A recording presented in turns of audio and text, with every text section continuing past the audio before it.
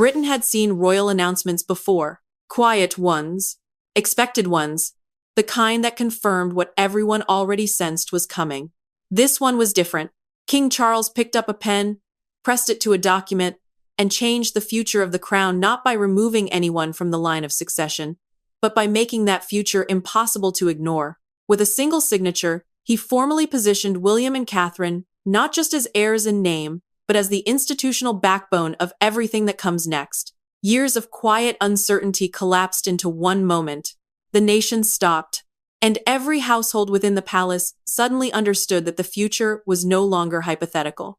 Before we go deeper into what this really means for the royal family, make sure to subscribe so you don't miss a single update. Charles sat in silence after his advisors stepped back.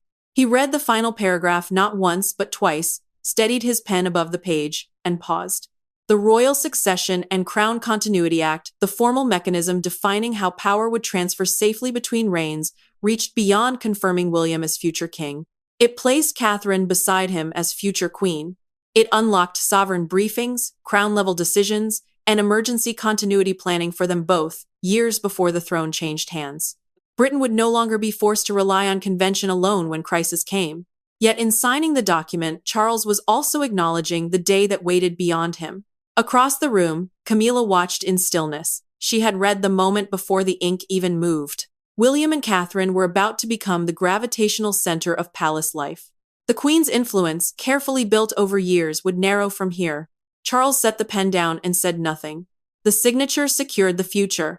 It also named the ending. Triumph and grief had entered the room together, and neither left. The king dismissed the idea of a routine palace communiqué.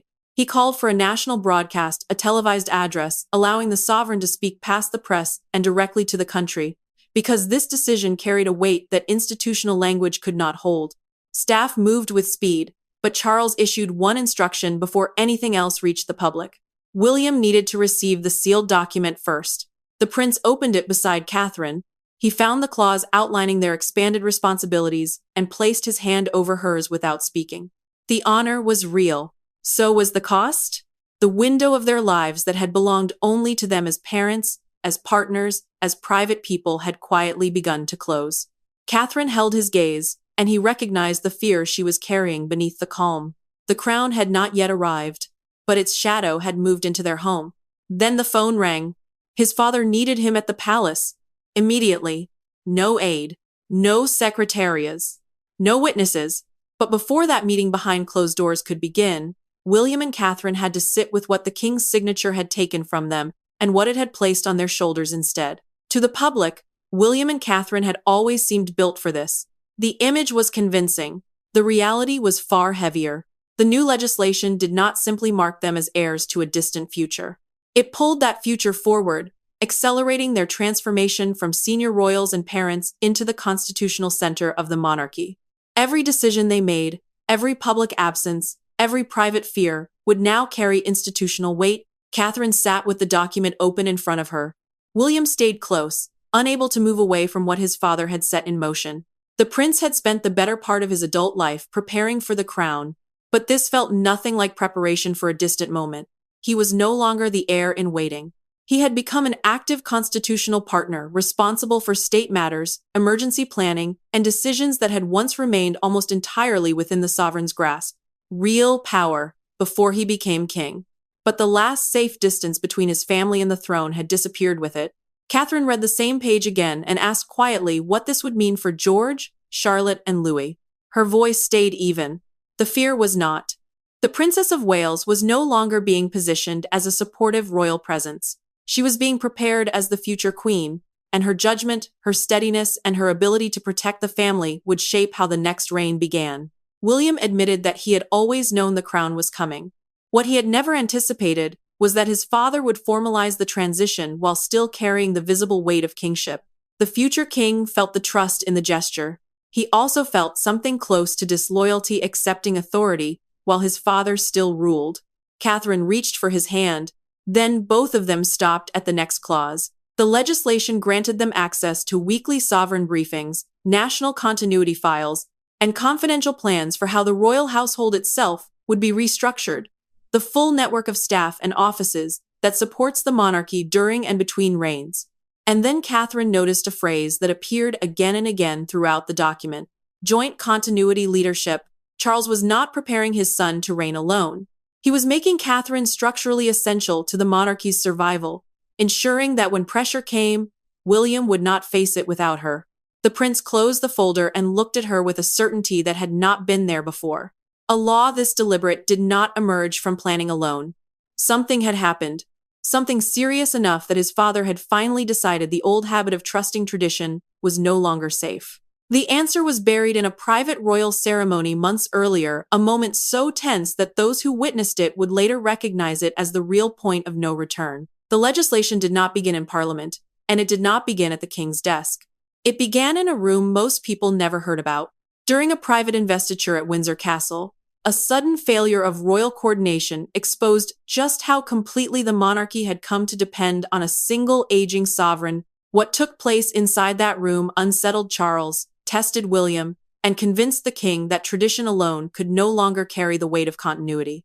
Months earlier, Charles had gathered senior military figures, Commonwealth officials, and members of the royal household for a private Windsor investiture, a formal ceremony in which the monarch presents honors, medals, and official appointments. William and Catherine attended because several long-standing royal patronages were expected to pass to them eventually. Neither held any written authority to step in if the monarch could not continue. That gap had stayed hidden for years. Then Charles stopped. Midway through the official order, the king lost his place and fell silent. An equerry, a senior royal aide responsible for supporting the sovereign during formal duties, moved toward him, but William crossed the room first. The prince placed a steadying hand near his father's arm, guided him to a chair, and completed the remaining presentations himself with Catherine beside him. She moved through the sequence without hesitation, holding the room while officials looked to someone for direction. Charles recovered, but the damage was not about embarrassment. Behind a closed door afterward, he told William the intervention had been necessary. His voice stayed controlled. Every word carried the quiet pain of a father seen, needing his son in front of an entire room. William refused to name it weakness. He said the real danger was a system that expected the heir to act in a crisis while giving him no legal power to do so. Catherine then described what she had observed. Several officials had frozen in place not from shock, but because no written transition mechanism existed. No agreed process. No named authority. For nearly 3 minutes, ceremony, government protocol, and royal command had no undisputed center. Charles listened without answering. That night, he requested every file on regency, succession, continuity, and the constitutional standing of the Prince of Wales. Those documents became the foundation of the new law. But one person had resisted the proposal from the beginning, and that resistance was about to erupt inside the family itself. The Windsor incident created the law. The family confrontation that followed would reveal who feared what the future meant and who was willing to fight for control of it. There were no cameras in that room. No ceremonial formality to soften what was said. Charles gathered William, Catherine, and Camilla in a private drawing room and placed the draft legislation on the table between them. No advisor stepped in to interpret the language. No intermediaries softened the implications. For the first time, the 4 people closest to the throne had to sit with what the succession actually meant and who would lose influence once the future was legally sealed. Charles opened the folder and was direct. The law would not diminish his authority as sovereign, but the proposed framework would allow William and Catherine to act without delay during illness, constitutional disruption, or emergency. A constitutional disruption, any crisis that interrupts the normal exercise of royal and state duties, had been the Windsor incident's most alarming lesson. The delay between responsibility and legal power had been dangerous. William listened without interrupting, aware that his father was offering unprecedented trust while binding him to duties he could neither delay nor refuse. Camilla asked, with careful precision, whether the law would reduce the role of the current queen. Her tone was measured. Catherine heard the fear beneath it anyway. Once the future couple received formal authority, the center of palace influence would shift, and Camilla understood exactly what that meant for her own position beside Charles. Catherine answered with equal care. The legislation was not designed to displace anyone. It existed to prevent confusion when the country needed immediate leadership. Camilla pressed back. Institutions, she said, often use the word continuity when they truly meant transfer of power. The room tightened around that sentence. Charles moved his chair back, placed both hands flat on the table, and told her the decision was his. William watched a monarch choose the future of the crown over peace inside his own family. Catherine remained still beside him. Then Charles disclosed what Windsor had not fully explained. Government advisors had delivered a formal constitutional assessment showing that the existing succession arrangements contained dangerous delays in the event of a sudden national emergency. The future king asked whether the proposal had already been approved in principle. His father looked at him directly and said the final legal process had begun. This was not a consultation. It was a notification. Camilla rose before the discussion ended. She looked at Charles once. Then she left without another word. The closing door carried more force than any argument she could have made. The king waited until she was gone before turning back to William and Catherine. Opposition inside the palace, he said, would be nothing compared to what waited beyond it. The family had spoken from emotion. The next battle would be fought through constitutional authority, legal language, and the hidden machinery that determines how much power a future king may actually hold. A royal signature can appear absolute, but no modern monarch changes succession alone. Behind Charles's decision stood constitutional lawyers, government ministers, Commonwealth consultations, and one question that refused to go away. What would happen if the crown faced a sudden crisis before William had the legal power to respond?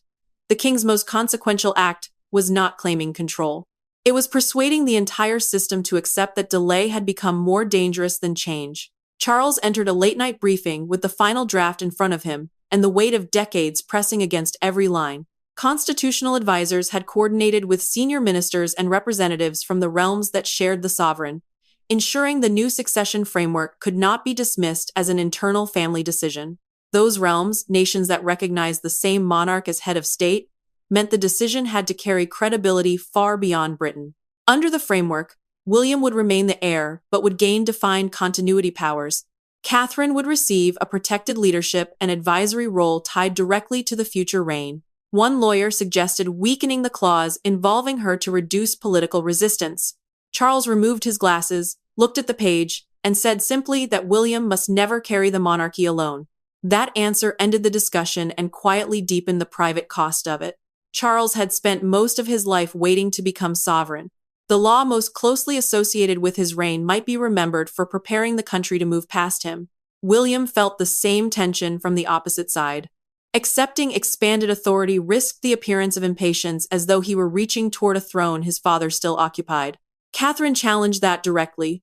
Refusing out of guilt, she told him, would leave the country exposed and hollow out the meaning of his father's sacrifice. Duty sometimes demanded acceptance, not restraint. The final document included an emergency provision allowing William to assume designated crown functions, specific royal duties legally assigned during a crisis if temporary incapacity interrupted the king's ability to act. A confidential schedule went further still. It quietly reorganized planning teams, communication staff, and national programs around William and Catherine, building the architecture of the future court before the next reign officially began. Once Charles signed, sealed instructions moved through the palace within hours. Offices shifted. Reporting chains changed. Familiar access disappeared. Then one senior royal walked into a private room and found that a privilege long taken for granted had simply ceased to exist without warning and without explanation. The legal argument had been settled quietly. But the human cost became visible the moment palace doors opened and everyone understood where the new center of royal power now stood. The law had barely become public before the palace began to change around it. Offices were reassigned. Briefing routes were redirected.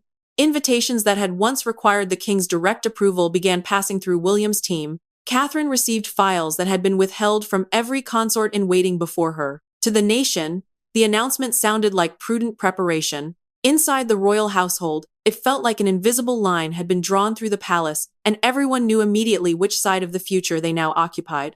William's office gained authority over long-term state ceremonies, Commonwealth visits, and emergency royal representation. That meant practical control over duties that could shape Britain's response at the worst possible moment. Catherine also received a permanent place in continuity meetings covering family welfare, patronage strategy, and the public responsibilities of the next generation. Her presence changed the nature of those meetings. The future queen would no longer be briefed after decisions were made. She would help shape them before they were finalized. Camilla entered her private office and looked for the red briefing box that was always there. It was gone. An aide explained it had been redirected under the new arrangements. The queen stared at the empty space and dismissed him with controlled politeness. No raised voice, no scene, but the loss reached something deeper than procedure. Camilla had stood beside Charles through years of pressure and public scrutiny, helping stabilize a monarchy that had faced genuine threat. Now the institution was learning to function without her steady presence at its center, and the king had personally authorized every change. William understood the pain spreading through the family. He did not ask for the law to be softened. Partial authority, he knew, would simply revive the same dangerous uncertainty Windsor had exposed. Catherine faced a different wound. A confidential family file outlined how George would gradually enter constitutional preparation. She read the first page and closed it. The crown was already beginning to shape her son's future years before he was old enough to understand what that future would ask of him. Charles canceled a planned public appearance after the first opinion polls came in. Support for the law was overwhelming. The result brought no relief. He summoned William to Buckingham Palace and ordered every official out of the room. The prince arrived expecting a political discussion, perhaps guidance on the public response, or instructions about how to manage the reaction. Instead, his father waited until the doors closed and simply asked him to stay. The public success of the law could not close the private wound between father and son. What followed would determine whether this transition was an act of trust or a quiet farewell. There were no ministers in that room, no legal papers between them, no palace aide waiting to record the outcome. Charles and William faced each other stripped of the titles that had shaped nearly every conversation of their lives. The law had defined Britain's future in public. Now they had to decide what it meant for them and whether duty had drawn them closer or quietly taken something that could not be returned. Charles spoke first. He said the law was not born from doubt in his son's ability to reign. It came from a deeper fear that the monarchy had grown dangerously reliant on the health, strength, and continued presence of a single person. Continuity, he explained, could no longer rest on the assumption that the sovereign would always be available. William understood. Earlier generations had survived through custom and loyalty, but the speed of modern pressure demanded visible leadership and a prepared partnership long before uncertainty could take hold. Charles poured 2 glasses of water rather than calling for help.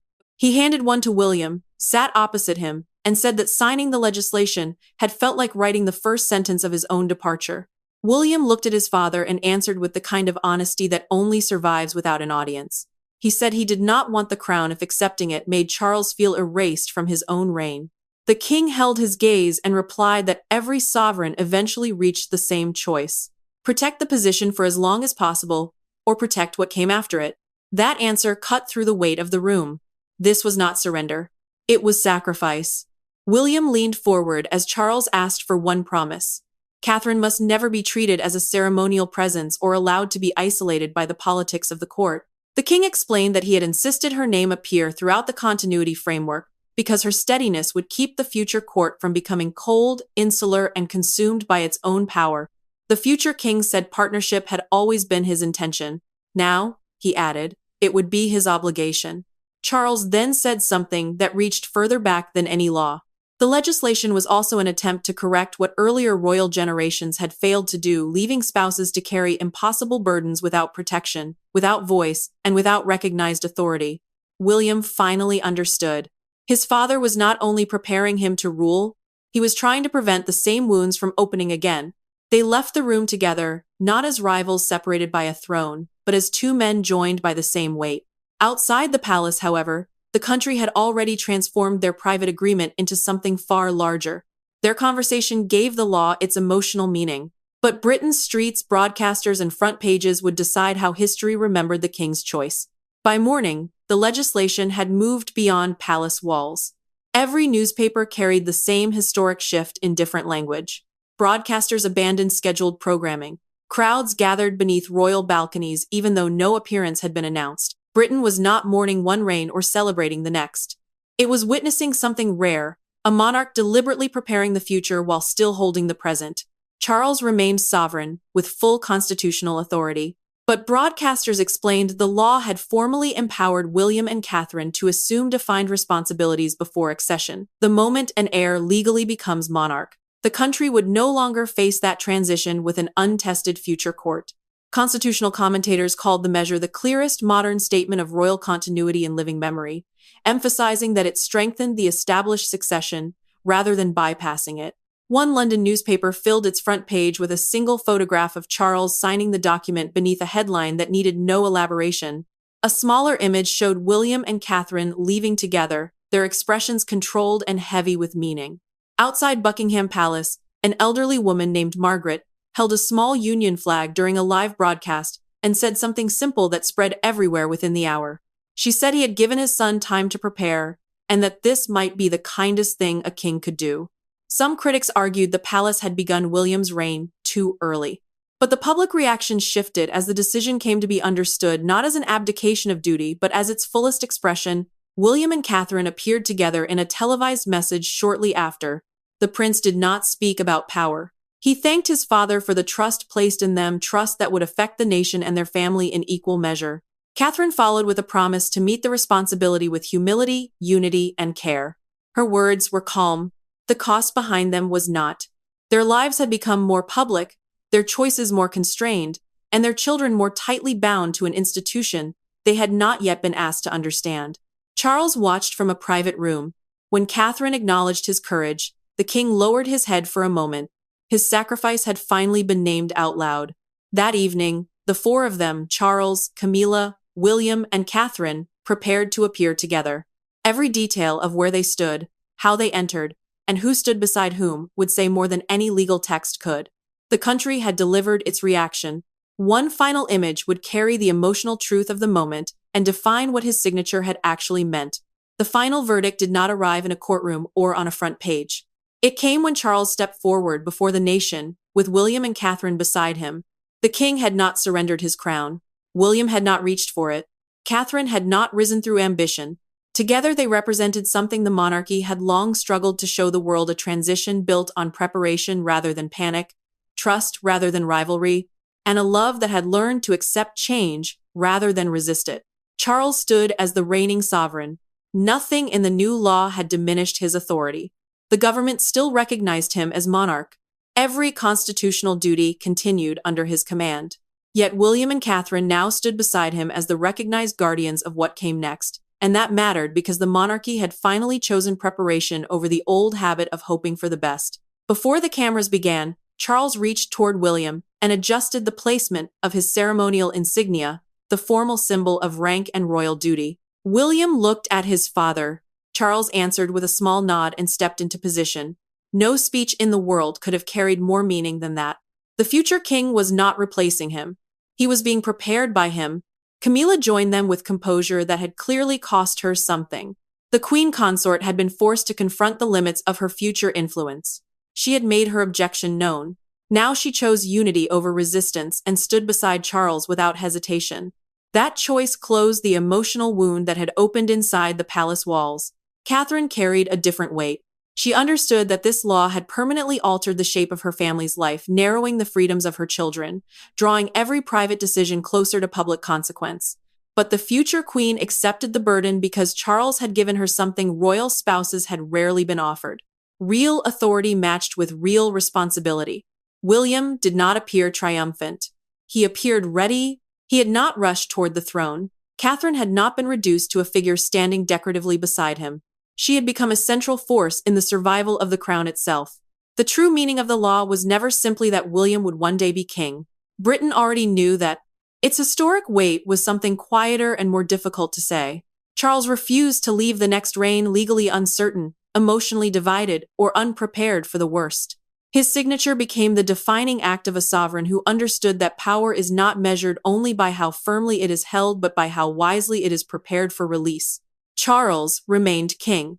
William became the fully empowered heir. Catherine was secured as the future queen. The monarchy moved into its next era not fractured but united. And with that single act, Charles did not bring his reign closer to its end. He ensured that when the final transition comes, whenever that moment arrives, the crown, his family, and the country will already know what to do. Thanks for watching. If this gave you something to think about, hit like and subscribe. We'll see you next time.